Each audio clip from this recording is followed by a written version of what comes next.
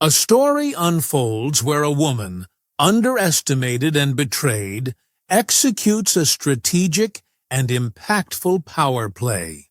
The narrative's intrigue is heightened as the audience is drawn into the high stakes of a corporate world where perception and power intertwine.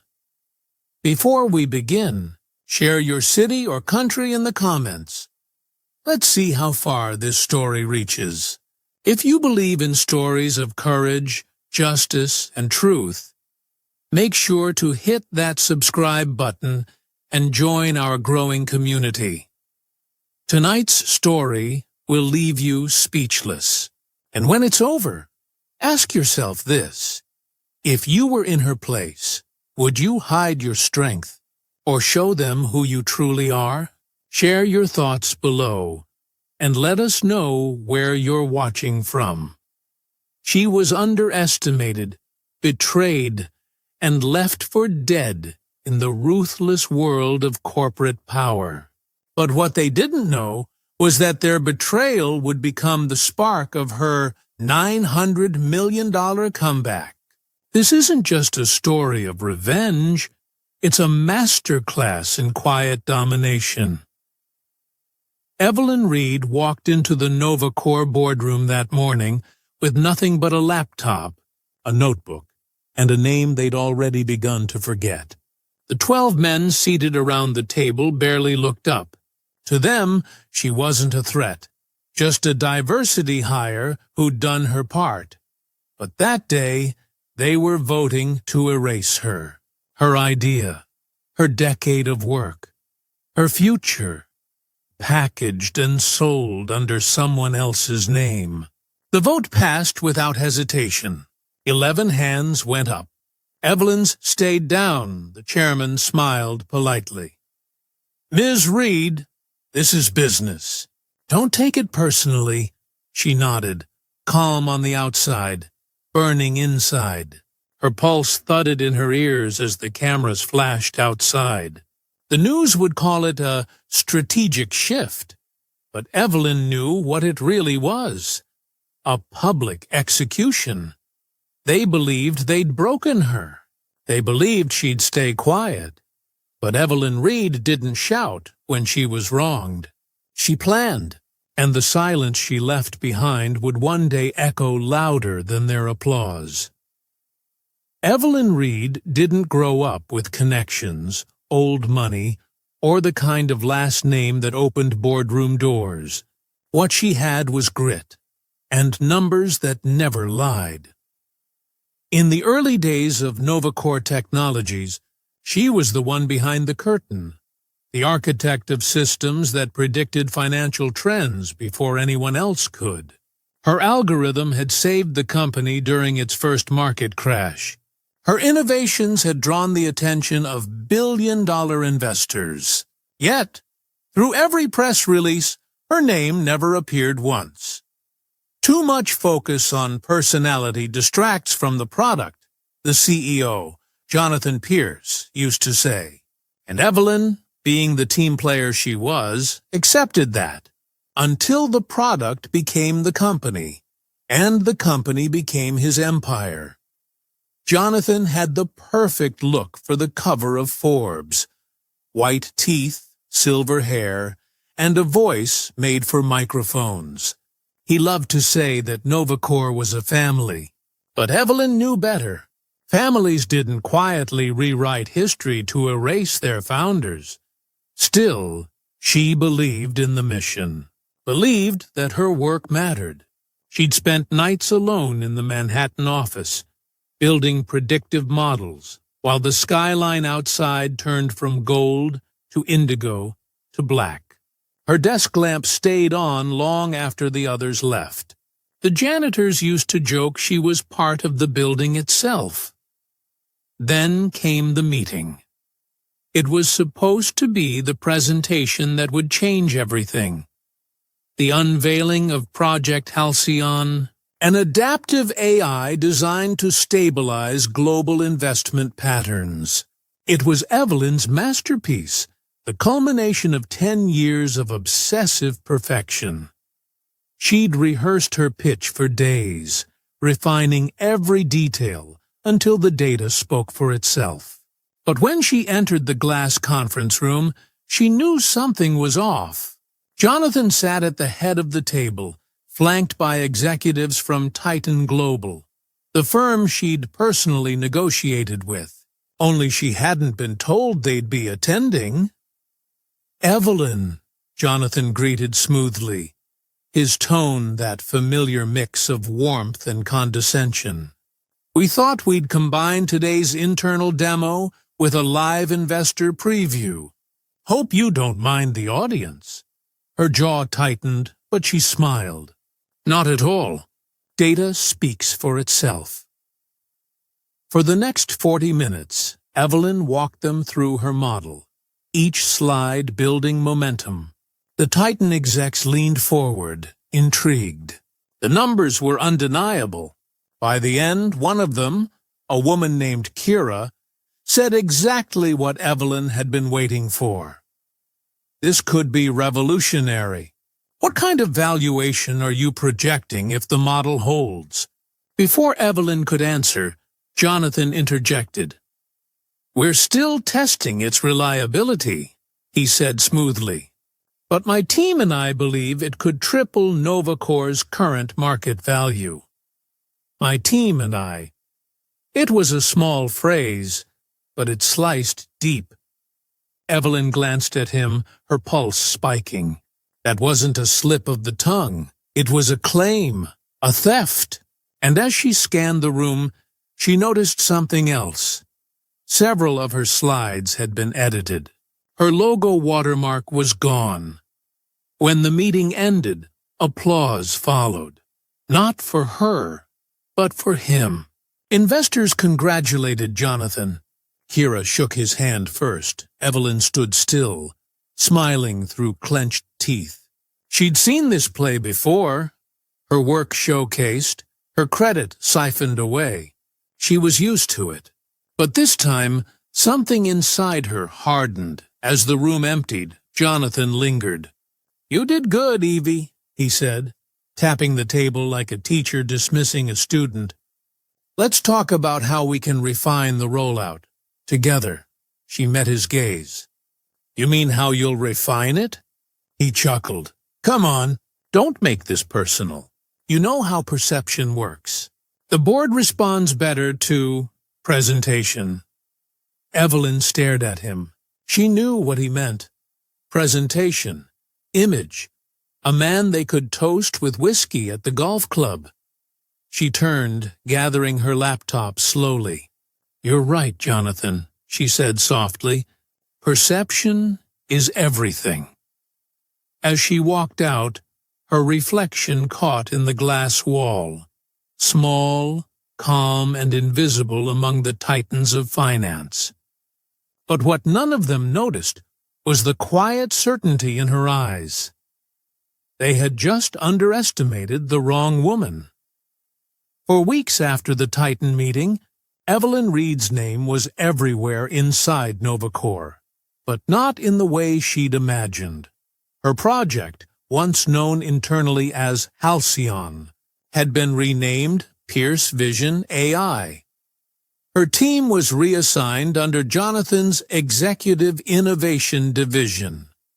Her access to the main server was revoked under the guise of security compliance. At first, she fought it quietly. An email here, a polite confrontation there. But every time, she was met with that same practiced smile. "We're restructuring for efficiency," HR told her.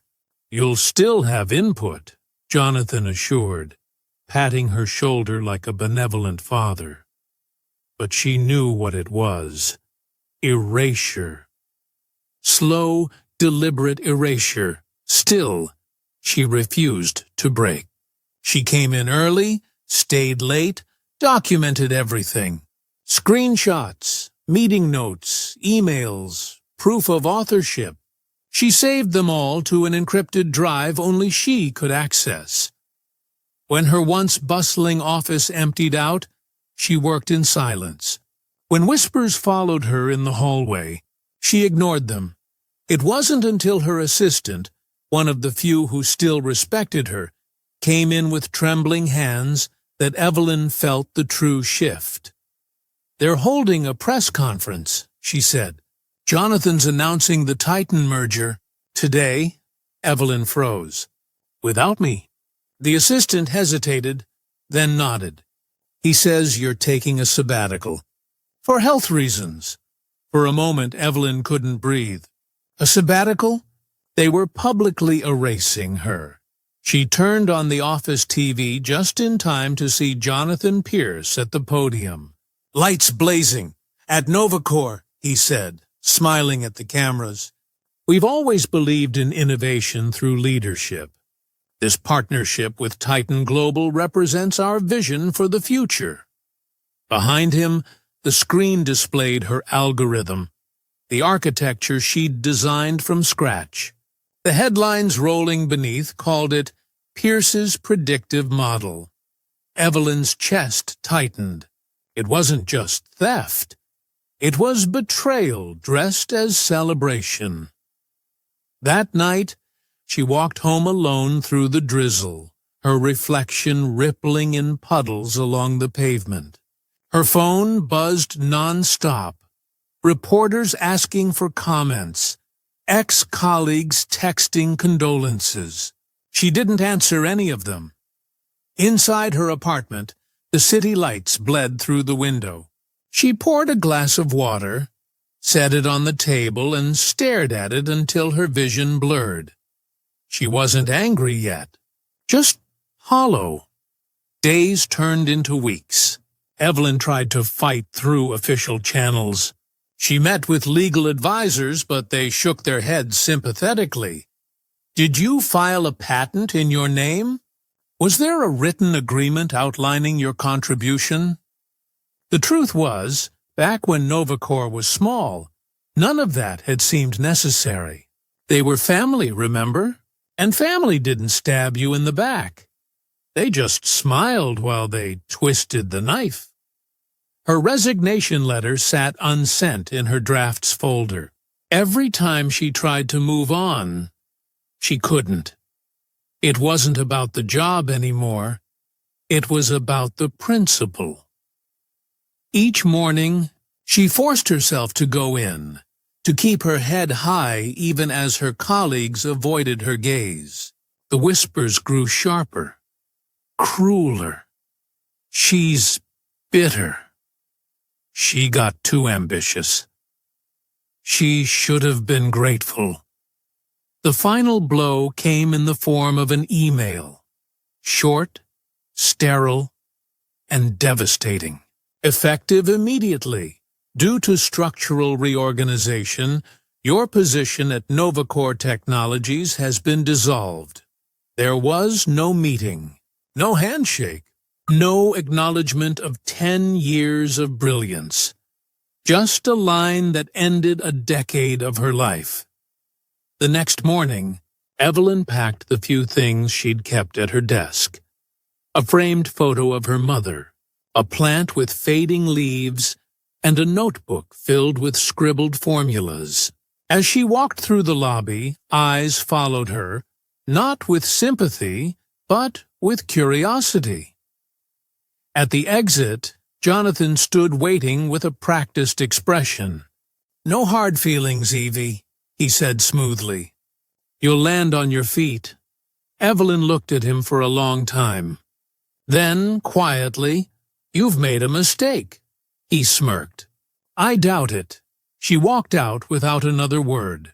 For the first time in years, Evelyn had no office to go to, no meetings to prepare for, no goals to chase. She sat in her small apartment, surrounded by silence that felt heavier than any boardroom. She rewatched the Titan announcement again and again. Each replay another knife twist. Then she noticed something subtle. In one of the demo slides, her original test data still showed. Her internal model ID, time-stamped, visible for less than half a second. A small, almost invisible flaw.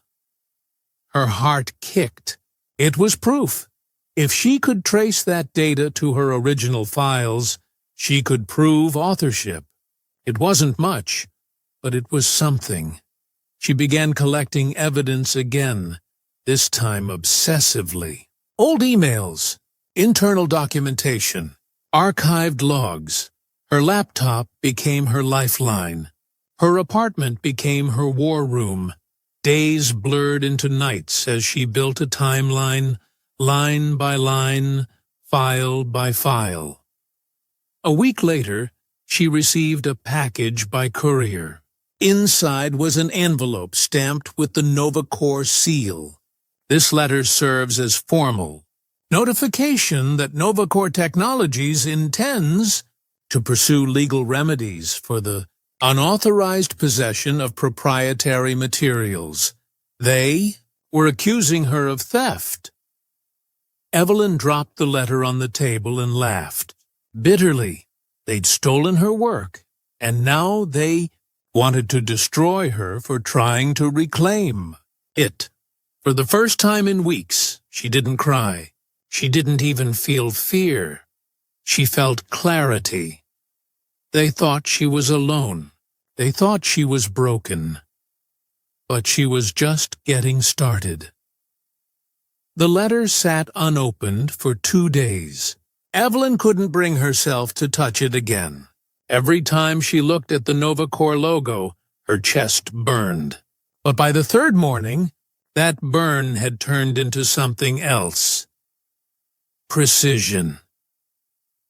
She printed the notice, pinned it above her desk, and wrote underneath it with a black marker.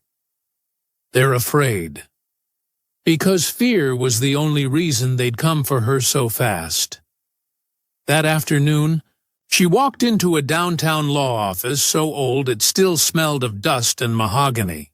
The nameplate on the door read Thomas Greer, Corporate Counsel, retired. He'd once represented a firm NovaCore destroyed years ago in an acquisition battle. Evelyn remembered the headlines. Greer had been brilliant, but blacklisted, a man too honest for the sharks. He looked up as she entered, eyes tired but sharp. "You must be Evelyn Reed," he said. "I read about you. They made you the villain." Evelyn sat across from him. "Then maybe it's time I play the part." Greer smiled faintly. "What do you want, Miss Reed?" She leaned forward, sliding a USB drive across the table. "To prove I built what they stole, legally." For hours, they combed through contracts, emails, archives. Each clause was another door, each signature another wall. Then, near midnight, Greer froze mid-scroll. "Wait! Look at this!" He turned the screen toward her. Buried inside her decade-old employment contract was a single paragraph, written in legal shorthand and long ignored. It granted her joint intellectual rights to any proprietary system developed under her name prior to NovaCore's incorporation. Halcyon had been born from her prototype. Before NovaCore was even registered, her pulse quickened. That means, Greer interrupted, if we can prove this model is derived from your original framework, you own a percentage of it." "How much?" 47%. Evelyn sat back, stunned. Her entire body felt lighter, not from victory, but from purpose. 47% of a $900 million valuation. The irony was poetic. Greer leaned back, lighting a pipe he probably wasn't supposed to smoke indoors. "They'll fight like hell," he said. "They'll try to buy you off, smear you, even threaten you. But you've got leverage now. Use it wisely." Evelyn nodded, her voice steady. "I'm not here for revenge, Mr. Greer. I just want what's mine." He studied her for a moment. "No," he said quietly. "You want justice. That's rarer. As she left his office, the city lights seemed different. Less like walls, more like windows. She clutched the flash drive tightly in her palm, the edges digging into her skin. For the first time in months, Evelyn felt control returning to her fingertips. The next morning, she dug through her oldest archives, files from her first apartment, the one bedroom she'd coded Halcyon in. There it was, a prototype build time-stamped 6 months before NovaCore's formation, her signature embedded in the source code. She printed it out, sealed it, and slipped it into a safety deposit box. One small piece of proof, one quiet victory, the kind that builds empires. Evelyn Reed had learned to move in silence, but power, real power, has a way of drawing attention even when you think you're invisible. 2 weeks after discovering the hidden clause, whispers started to follow her. Former colleagues began reaching out, old allies resurfacing with sympathetic smiles. And among them was one voice she thought she could still trust. Martin Hale, NovaCore's Vice President of Strategy, and once Evelyn's mentor. He had been there in the early days, the first person to believe in her vision, or at least that's what she wanted to remember. "I heard what they did to you," Martin said when they met at a quiet rooftop bar downtown. "They went too far, Ev. I told them that." She studied his face, older, polished, but with that same warmth he used to disarm everyone. "You're still on the board," she said. "Why risk meeting me?" He leaned in, lowering his voice. "Because you're right. You built Halcyon. I've seen your original files. You've got proof, and they're panicking." Evelyn's pulse quickened. "Then help me. I don't need to burn NovaCore down. I just want my rights recognized." Martin sighed. "Let me take this to the board quietly. If they know I'm mediating, it won't escalate. You'll get your cut, maybe even a settlement offer. But you have to trust me. Trust." The word felt heavy. After months of silence, after losing everything, it felt almost human to believe someone again. She handed him a sealed copy of her evidence, the contract clause, the timestamps, the proof of authorship. "Keep it safe," she said. Martin smiled, placing a reassuring hand on hers. "I'll fix this, Evelyn. You have my word." The next week felt like suspended time. Then, one Thursday morning, Evelyn's phone exploded with messages. "Check the news." "They're saying you forged the documents." She froze. Her reflection on the phone screen blurred as the headline came into focus. "Ex-employee caught in 900 matters, intellectual property fraud. NovaCore launches lawsuit." Her hands shook. The article quoted a confidential board source, Martin Hale, confirming that Evelyn had fabricated data to claim ownership of company property. It wasn't just betrayal, it was annihilation. Within hours, she was trending on every business feed, her name dragged through hashtags and talk shows. A panel of smug executives debated her motive, calling her bitter, desperate, and delusional. That afternoon, she received a court summons, NovaCore versus Reed. They were suing her for fraud, defamation, and breach of confidentiality. Her lawyer, Greer, called within minutes. His voice was tight with fury. "He played you, Evelyn. They knew exactly what you had. And now they've poisoned it." Evelyn sat on the edge of her couch, staring at the floor. "I trusted him," she whispered. "Then make sure that's the last time you ever do." Greer said. They've drawn blood. Now you draw a line, but lines blur when you've been broken. The lawsuit froze her assets, blacklisted her from investors, and shattered what little reputation she had left. She was forced to move out of her apartment. Her lease terminated after Novacor restructured its real estate holdings. Every door that used to open for her now slammed shut. 3 weeks later, during a televised business conference, Novacor unveiled Halcyon 2.0. Their new CEO, the same man who once dismissed her ideas, stood on stage smiling as he declared, "Innovation isn't about who starts the race. It's about who finishes it." The audience applauded. Cameras flashed. And then the kicker. They displayed a demo video. Her original interface, her code structure, even her color scheme. Only her name was gone.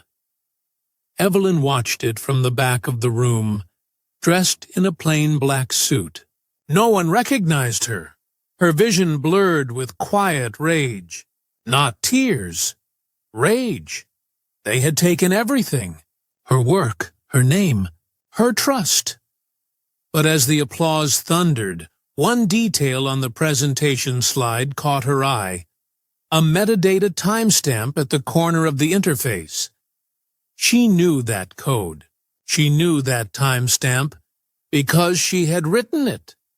And there was only one version in existence. They hadn't deleted her name. They had just buried it in the metadata, and that meant proof still lived inside the system.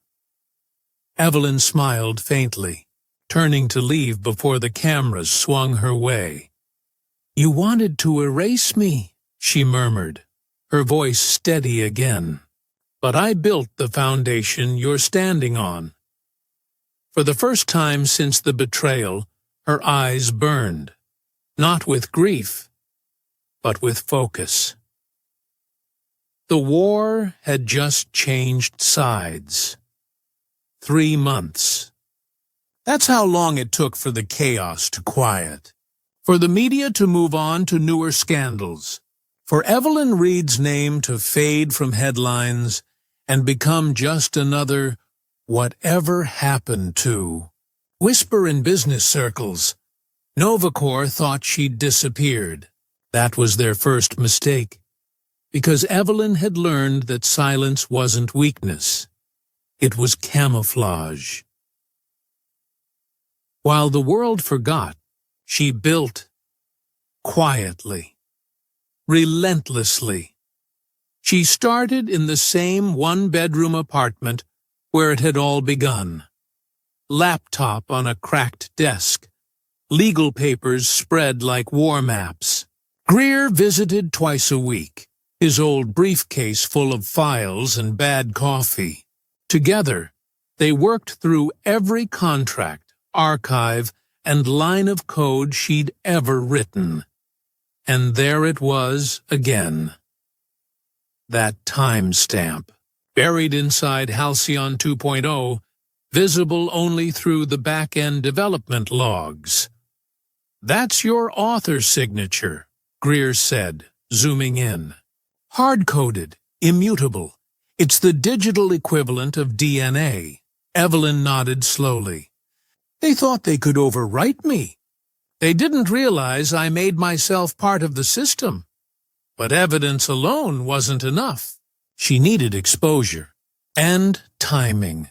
That's when she reached out to Amira Cole, an investigative tech journalist known for ripping apart corporate corruption, and, more importantly, for believing in second chances. They met at a quiet cafe on the south side. Amira's recorder already rolling before she even sat down. "You're telling me Novacor's 900 milliliter system was built off your prototype?" Evelyn met her gaze. "Not telling you, proving it." She slid the hard drive across the table. "Inside this is the entire audit trail. My signature, my source files, and metadata proving their newest version is built from my code. Every update they release only strengthens my claim." Amira stared at the drive like it was a live grenade. "You realize publishing this could collapse a Fortune 100 company?" Evelyn's eyes didn't waver. "Then maybe it's time it falls." The article dropped 6 days later under the title, "The Woman They Couldn't Erase: Inside Novacore's 900 Matters Theft." It hit like a thunderclap. Within hours, the story trended across every major outlet. Screenshots of Evelyn's metadata flooded social media. Tech analysts confirmed the authenticity. The code was hers. Every timestamp matched her original build. The Internet, once her enemy, now became her army. Evelyn Reed trended worldwide. Old colleagues came forward, backing her timeline. Even former investors admitted privately they'd seen her demo years before Novacore existed. The company tried damage control.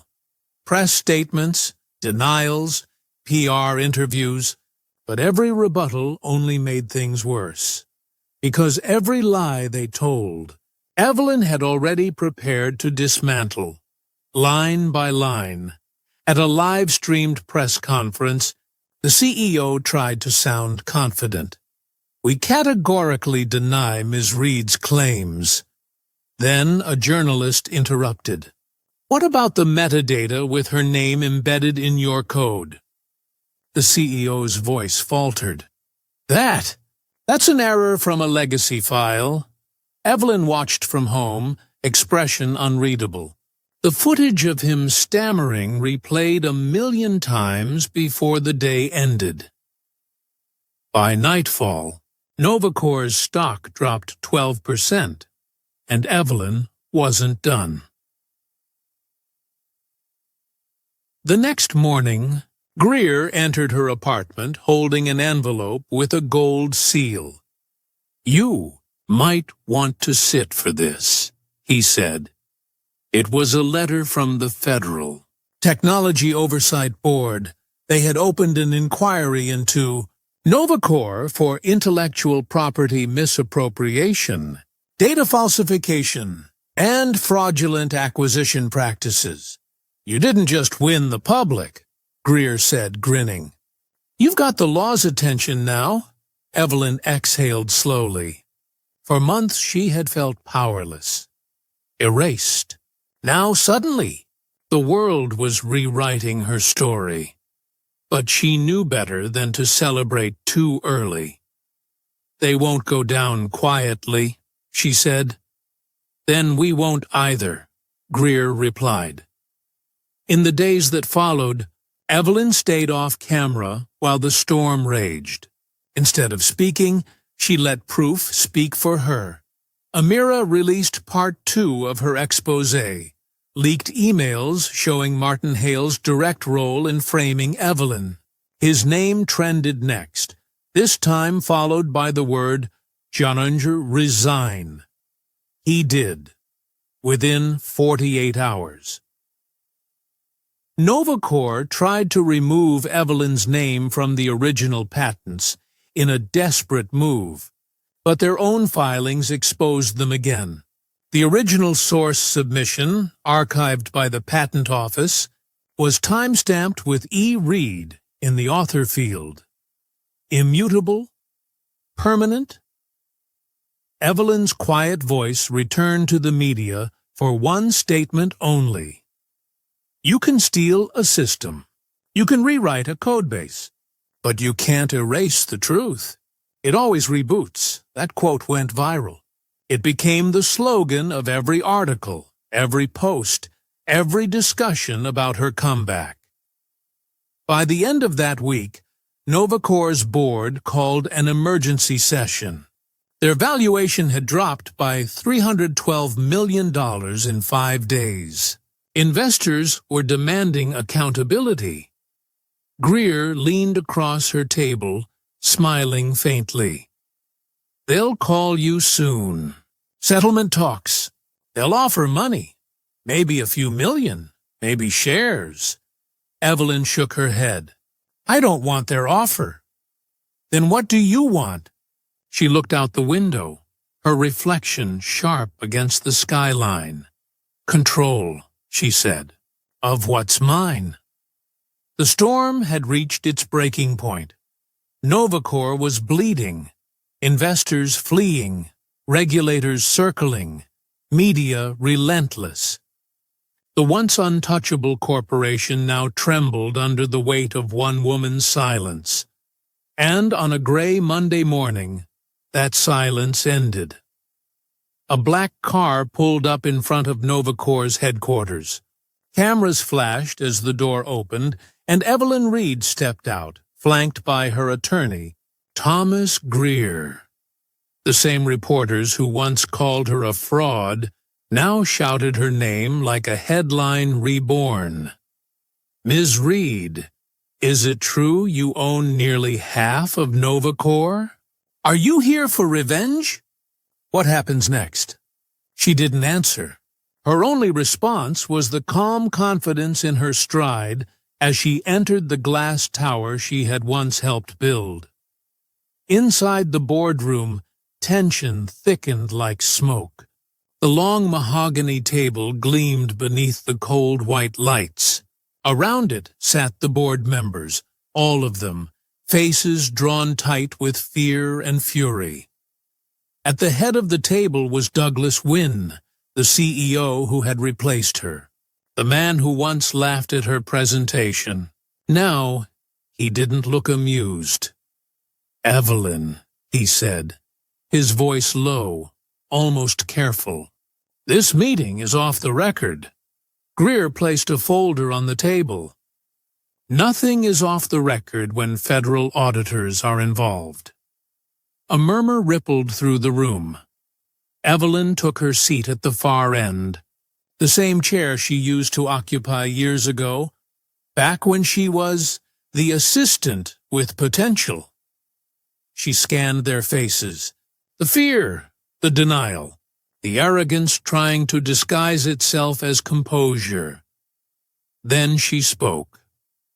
Calm, direct, lethal. You tried to erase me. You forged my name out of the system I built. You sued me for stealing what was mine. And when I fought back, you buried me in headlines. She leaned forward, eyes locking on Wynne. But you forgot one thing. The foundation of your empire still carries my signature. Legally, technically, and irrevocably. Wynne's jaw tightened. You think this stunt gives you leverage? Leverage. Evelyn smiled faintly. No, ownership. Greer slid a second folder across the table. Inside were the federal findings. Full acknowledgement of Evelyn Reed's intellectual property rights under her original contract. 47%. Almost half of Novacor. Legally hers. Gasps filled the room. Wynne's hand clenched into a fist. You can't prove, Evelyn interrupted, her voice sharp as glass. Proof is already filed with the Oversight Board, the Federal Patent Office, and 3 national news outlets. This meeting isn't about proving anything. It's about deciding how much of this company survives once I take back what's mine. A long silence followed. Then Martin Hale, pale, hollow-eyed from weeks of public disgrace, cleared his throat. What? What do you want, Evelyn? Everyone turned to her. She stood slowly, letting the silence stretch until it became power. My name, my seat, and the truth, signed, sealed, and published by Novacor itself. Wynne slammed a hand on the table. You'll destroy us. No, she said softly. You already did that when you chose greed over integrity. I'm just here to finish the equation. As the room fell into chaos, lawyers whispering, board members arguing, Evelyn quietly opened her laptop. On screen, a live feed blinked to life. The media was watching. The federal inquiry was streaming. Every word, every admission was now public. Wynn's voice broke. "You're live streaming this?" Evelyn didn't even look up. "Transparency," she said. "Something this company forgot existed." He lunged toward her, but Greer stepped between them. "I'd advise against that," the lawyer said. "Assaulting a majority shareholder during a federal investigation doesn't look good." The board fell silent. Evelyn finally stood again, gathering her papers. "You have 48 hours to issue a public statement acknowledging my ownership. After that, I move to dissolve your patents, freeze your accounts, and reassign your intellectual assets to a new entity." Wynn's voice cracked. "A new entity? What are you talking about?" She smiled. "The calm, devastating kind that ends wars. Halcyon Industries. The name you stole from me. I'm taking it back." And with that, she walked out. Past the table of men who had once dismissed her, past the glass doors that used to close behind her in silence. Now, every click of her heels echoed like a verdict. Reporters swarmed as she exited, their cameras flashing like lightning. "Ms. Reed, are you officially reclaiming Halcyon?" She stopped, turned slightly toward the crowd, and said just 5 words that would be replayed for decades. "I never lost it." "You did." The footage spread globally within hours. By the next morning, Novacor's stock collapsed another 27%.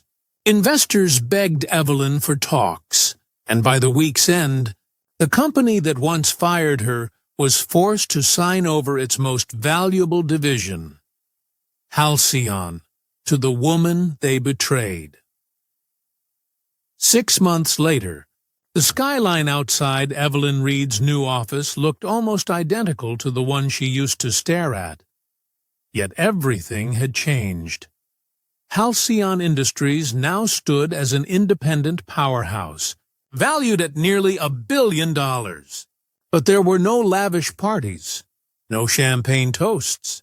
Evelyn celebrated differently, through silence, through gratitude. Her desk was minimalist. No trophies, no plaques, just one framed picture, a screenshot of her first prototype, time-stamped with her initials, the one that started it all. Across the room, Thomas Greer looked up from a stack of contracts. "The last of the Novacor transition documents are signed." "You're officially free of them, Evelyn," she smiled faintly. "No, Thomas. I'm finally equal to them," he chuckled. "You've done more than that. You rewrote the rules." But Evelyn's eyes softened as she gazed out at the city. "The rules were always written for people who looked like them, not me. I just learned how to read between the lines." She paused, her tone quiet, sincere. "They underestimated me because I didn't look like their idea of a CEO. But that's the thing about underestimation. It's fuel, not failure." That evening, as the city lights blinked on, Evelyn visited her old apartment, the place where she'd built Halcyon in the first place. The cracked desk was still there, the same chair, the same hum of the old fridge in the corner. She sat for a while, running her hand across the worn wood. It reminded her that power doesn't start in boardrooms or with billion-dollar deals. It starts in moments, like this, when the world tells you no, and you build. Anyway, Evelyn's story isn't just about revenge or redemption. It's about reinvention. She didn't win because she was lucky. She won because she refused to let betrayal define her. Because when they shut her out, she built her own door. And when they erased her name, she rewrote it in code no one could touch. In every corner of power, there's someone like Evelyn, unseen, underestimated, waiting for the right moment to move. So maybe the real question isn't how she won. Maybe it's this. When the world tries to silence you, will you disappear, or will you rebuild louder? And if you love this story of power, betrayal, and justice, make sure to subscribe, because next time we'll uncover another story where strength isn't given. It's earned.